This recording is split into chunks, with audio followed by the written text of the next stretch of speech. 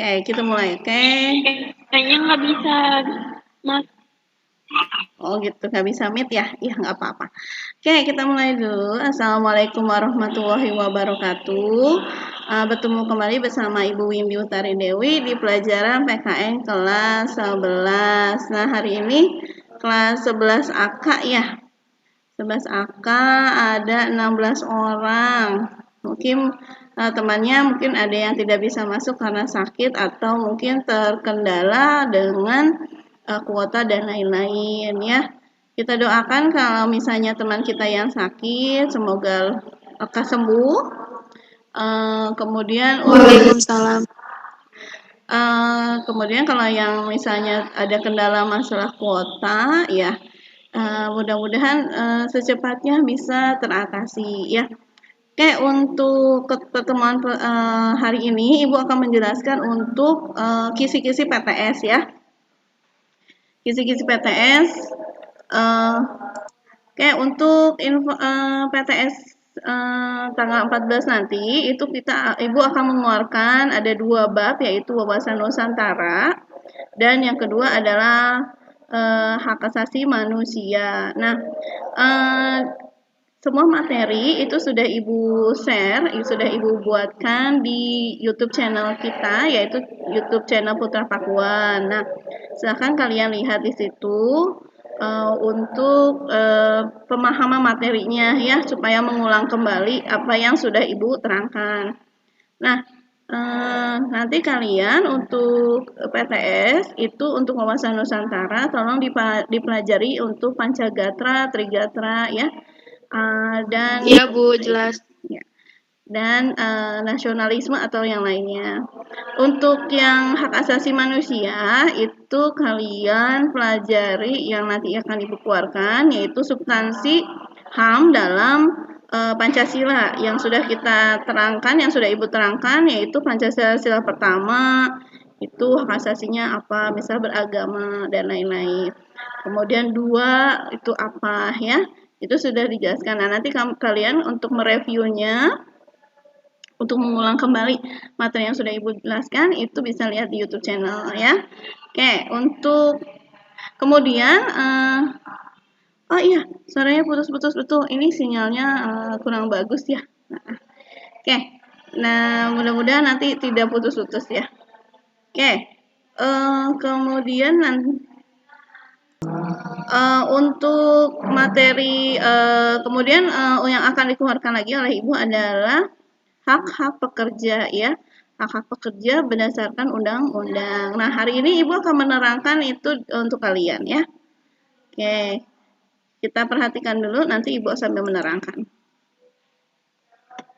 Ibu akan menjelaskan ini tentang hak pekerja dalam undang-undang dasar ya, dalam undang-undang. Oke, nah ini hak dan kewajiban tenaga kerja berdasarkan undang-undang ketenagakerjaan. Yang pertama adalah haknya ya, ini haknya. Nah, ini haknya, hak dari tenaga kerja adalah hak memperoleh perlakuan yang sama tanpa diskriminasi. Hak ini diatur dalam pasal 6 Undang-Undang Nomor 13 Tahun 2003 yang berbunyi setiap pekerja atau buruh berhak memperoleh perlakuan yang sama tanpa diskriminasi dari pengusaha. Nah, ini artinya pengusaha harus memberikan hak dan kewajiban pekerja tanpa memandang suku, ras, agama, jenis kelamin, warna kulit, keturunan, dan aliran politik. Ya, nah itu adalah hak dari setiap pekerja.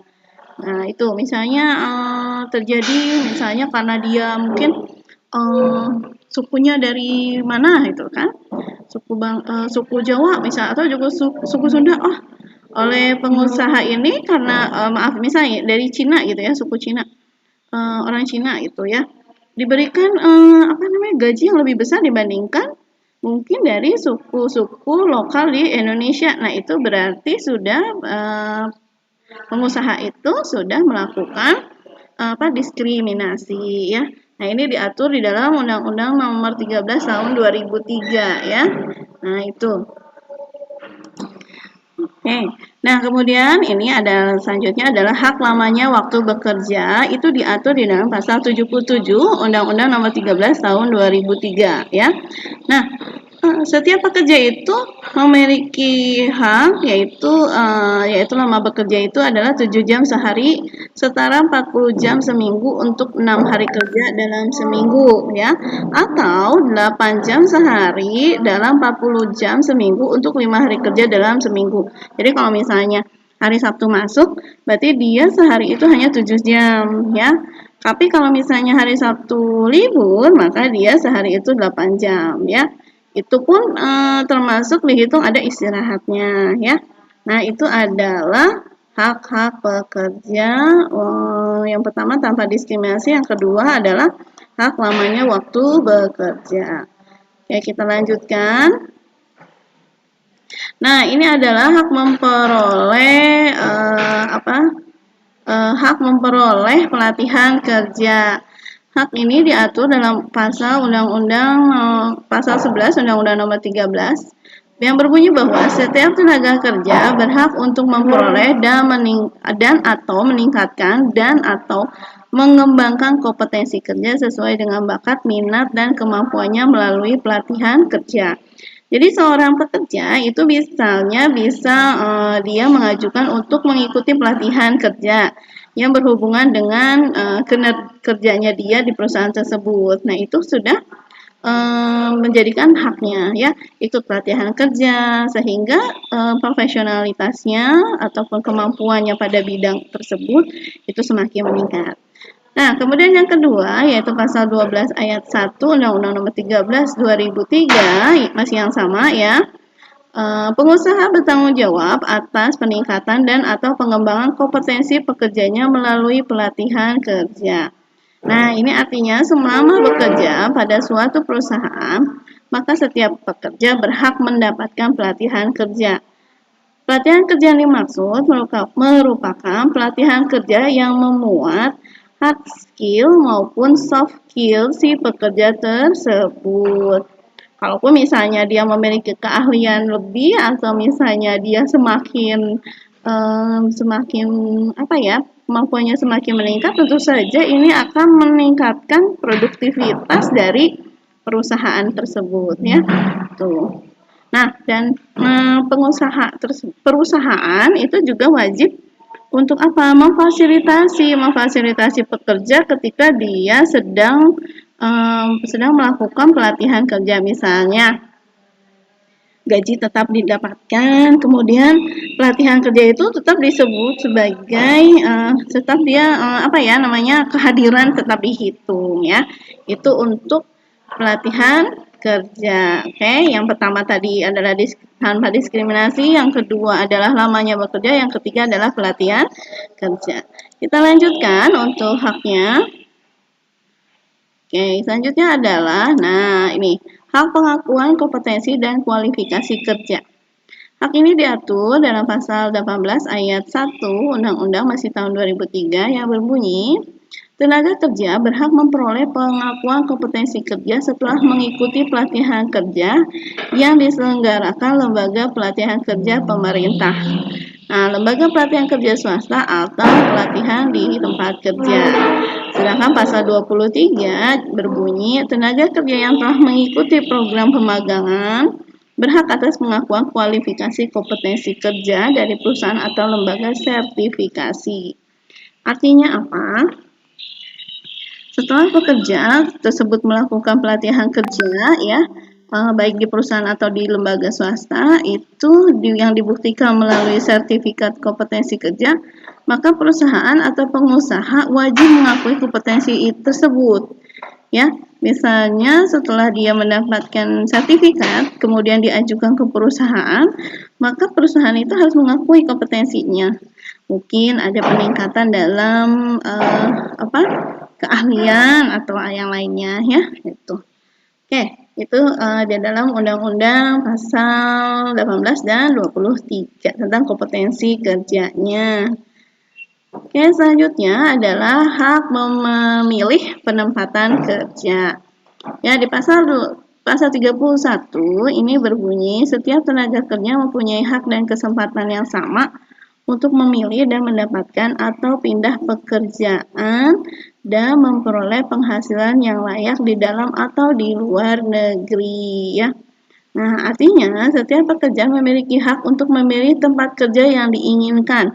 Tidak boleh ada paksaan ataupun ancaman dari pihak pengusaha jika pilihan pekerja tidak sesuai dengan keinginan pengusaha.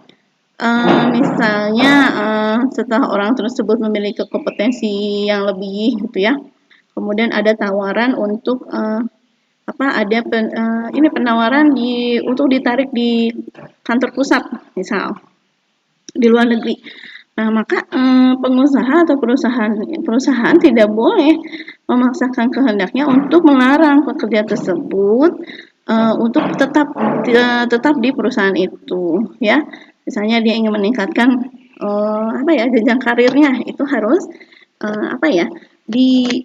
harus diakui lah, seperti itu, ya. Nah, selanjutnya adalah hak bergabung dengan serikat pekerja. Setiap pekerja atau buruh berhak untuk membentuk dan menjadi anggota serikat pekerja sesuai dengan yang tertera pada pasal 104 Undang-Undang Nomor 13 2003. Nah, ini. Dan kita tahu bahwa salah satu di dalam Undang-Undang Dasar itu ada hak namanya pasal 28 itu hak berserikat dan berkumpul dan mengeluarkan pendapat itu dijamin oleh Undang-Undang Dasar. Nah, setiap pekerja boleh menjadi anggota serikat pekerja atau buruh. Tidak boleh pengusaha atau perusahaan melarang pekerjanya untuk tidak bergabung, ya, karena itu adalah hak prerogatif dari pekerja tersebut. Oke, ya. Tuh. Jadi bisa saja kalian masuk ke SPSI atau yang lainnya. Nah, ini adalah hak pekerja perempuan dalam Undang-Undang Nomor 13. Ini adalah hak pekerja perempuan, ya. Pasal 76 ini pekerja buruh perempuan yang berumur kurang 18 tahun dilarang dipekerjakan antara jam 11 malam sampai jam 7 pagi, ya.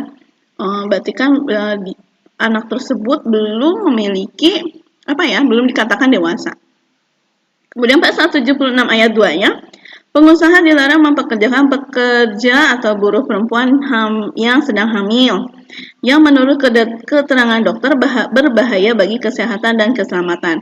Jika ibu tersebut hamil tapi dia kuat, maka diperbolehkan untuk bekerja. Tapi kalau misalnya ada kesulitan atau gangguan kesehatan, maka tidak boleh mempekerjakan, dia diberikan cuti, ya. Nah, pas ayat 3-nya ini, perempuan yang bekerja antara jam 11 malam sampai jam 7 pagi berhak mendapatkan makanan dan minuman bergizi serta jaminan terjaganya kesusilaan dan keamanan selama bekerja, ya. Oke, ayat 4, perempuan yang bekerja antara pukul 11 sampai jam 5 berhak mendapatkan angkutan antar jemput, ya. Jadi kan kalau perempuan itu rawan terhadap terjadinya kriminalitas atau pelecehan, maka perusahaan jika mempekerjakan pekerja perempuan pada malam hari harus menyediakan angkutan antar jemput. Selanjutnya yaitu pasal 81, perempuan yang sedang dalam masa haid dan merasakan sakit lalu memberitahukan kepada pengusaha, maka tidak wajib bekerja di hari pertama dan kedua pada waktu haid. Nah, ini disebutnya dengan nama cuti haid, ya. Tuh. Kemudian karena kan biasa perempuan itu memiliki gangguan ketika mengalami haid pertama. Selanjutnya pasal 82 ayat 1, perempuan berhak memperoleh istirahat 1,5 bulan sebelum melahirkan dan 1,5 bulan setelah melahirkan menurut perhitungan dokter kandungan atau bidan. Disebut dengan cuti hamil dan cuti melahirkan. Pasal 82 masih sama, yaitu tapi ayat 2, perempuan yang mengalami keguguran kandungan berhak mendapatkan istirahat 1,5 bulan, 1,5 bulan, atau sesuai keterangan dokter kandungan atau bidan. Karena keguguran itu sama seperti melahirkan, ya. Pasal 83, perempuan berhak mendapatkan kesempatan menyusui anaknya jika harus dilakukan selama waktu kerja. Nah, ini. Oke, kita lanjutkan. Itu untuk hak-hak pekerja perempuan.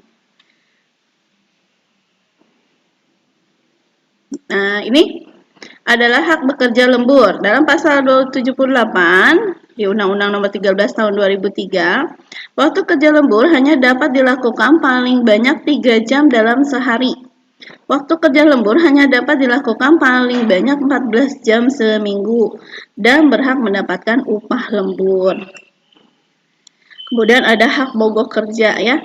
Setiap pekerja berhak melakukan mogok yang menjadi hak dasar pekerja buruh dan serikat pekerja atau serikat buruh sesuai dengan yang tertera pada pasal 138 Undang-Undang Nomor 13 Tahun 2003. Lanjutkan.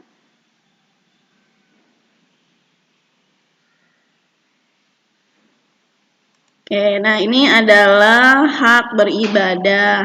Pekerja menurut pasal 80 berhak mendapatkan kesempatan melaksanakan ibadah, ya, yang diwajibkan oleh agamanya, terutama untuk untuk muslim, ya, beragama Islam, ya, di mana dia memiliki memiliki hak untuk sholat, beribadah sesuai dengan waktunya, jamnya.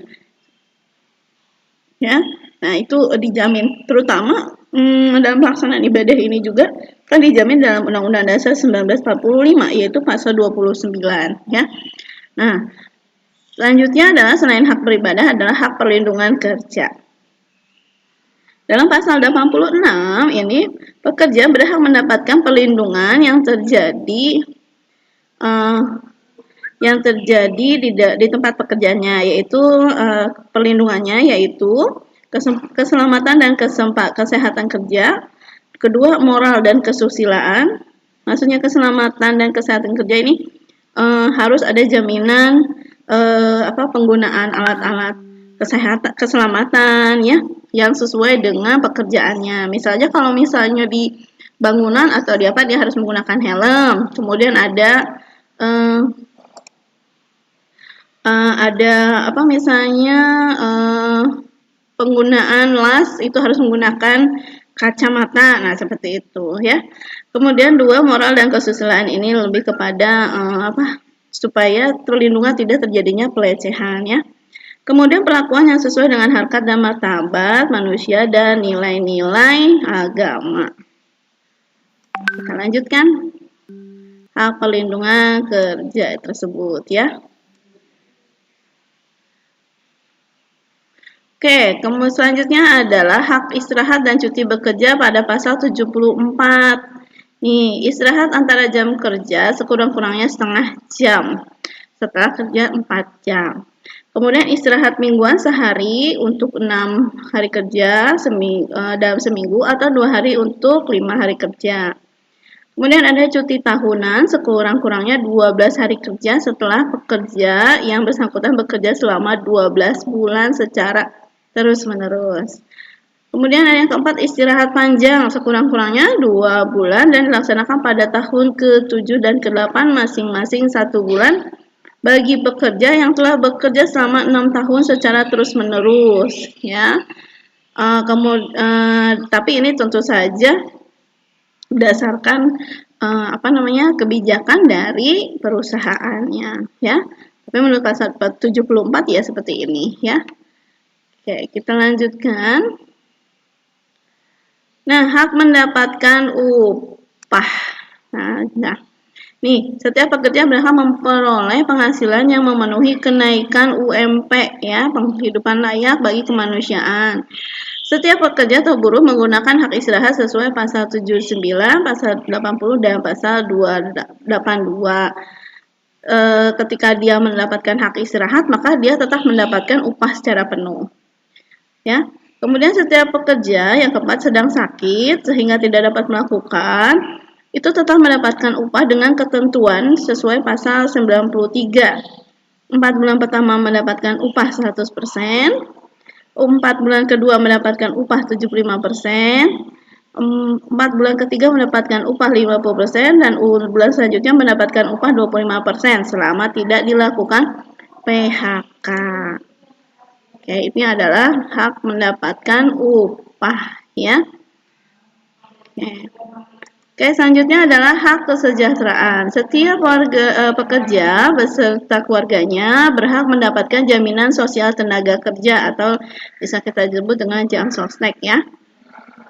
Jaminan sosial tenaga kerja pada saat ini dapat berupa BPJS Kesehatan dan BPJS Ketenagakerjaan.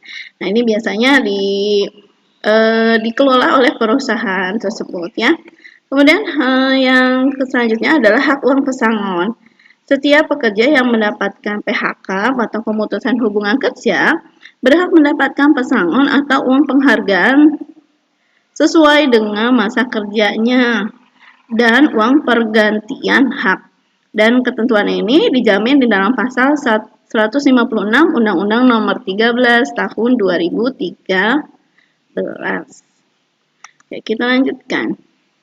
Nah, ini ada kesejahteraan dan hak pesangon, uang pesangon ya. Ini adalah perhitungan uang penggantian hak. 1. Cuti tahunan yang belum diambil dan belum gugur. Ini bisa digantikan dengan uang ya. Biaya atau ongkos pulang untuk pekerja atau buruh keluarganya ke tempat di mana pekerja diterima bekerja. Kemudian penggantian perumahan dan pengobatan perawatan ditetapkan 15% dari uang pesangon. Ini ini perhitungan uang penggantian hak yang tadi disebutkan dalam pesangon tersebut ya. Kemudian hal-hal yang ditetapkan dalam perjanjian kerja, peraturan perusahaan atau perjanjian kerjasama bersama.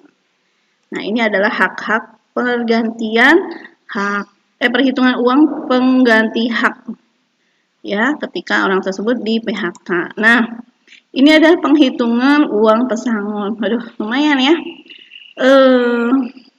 Kalau kita lihat ini ditentukan dari berapa masa kerjanya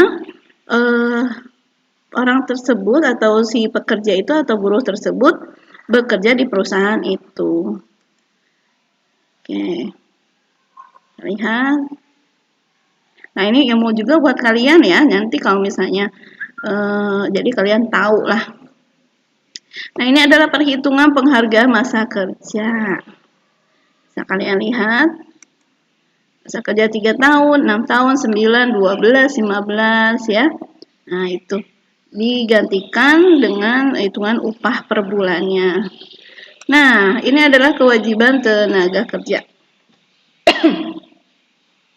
Dalam KUHP Perdata mengenai kewajiban diatur dalam pasal 1603 dan 1603A, B, C KUH Perdata pada intinya yaitu 1.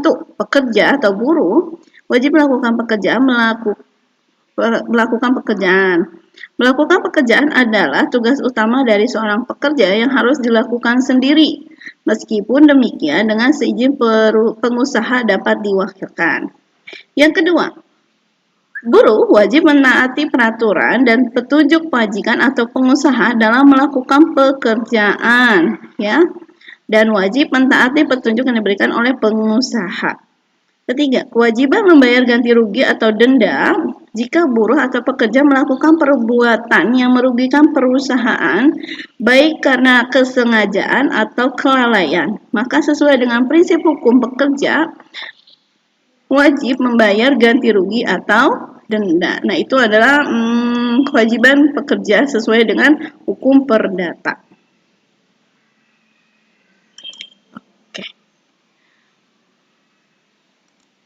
Oke, itu adalah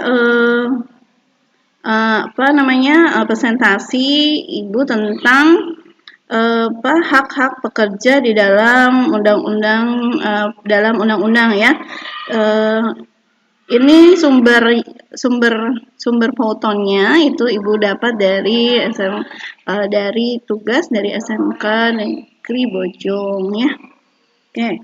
Nah, dari sini yang sudah Ibu terangkan barusan itu semoga saja bermanfaat untuk kalian, dan nanti ketika kalian berkecimpung atau misalnya terjun langsung ke dalam masyarakat sebagai seorang pekerja, itu kalian bisa memahami apa saja tugas hak-hak kalian sebagai pekerja dan juga kewajibannya. Dan ingat, ketika kewajiban itu tidak dijalankan, maka hak-hak yang harusnya kita dapat, maka tidak akan kita dapatkan karena kewajibannya tidak kita kerjakan. Karena itu kewajiban harus dikerjakan terlebih dahulu untuk memperoleh hak yang kita dapatkan. Oke, itu saja pembelajaran untuk hari ini. Dan untuk tugas kalian di video kali ini adalah memberikan komentar di YouTube channel ini, ya, yaitu sebutkan hak-hak pekerja yang telah kalian baca yang ada di dalam video ini, ya. Sebutkan hak apa saja di situ, ya. Dan ini juga akan menjadi tugas harian untuk mata pelajaran PKN kelas 11. Oke, Ibu cukupkan pada materi hari ini. Semoga bermanfaat untuk kalian semua.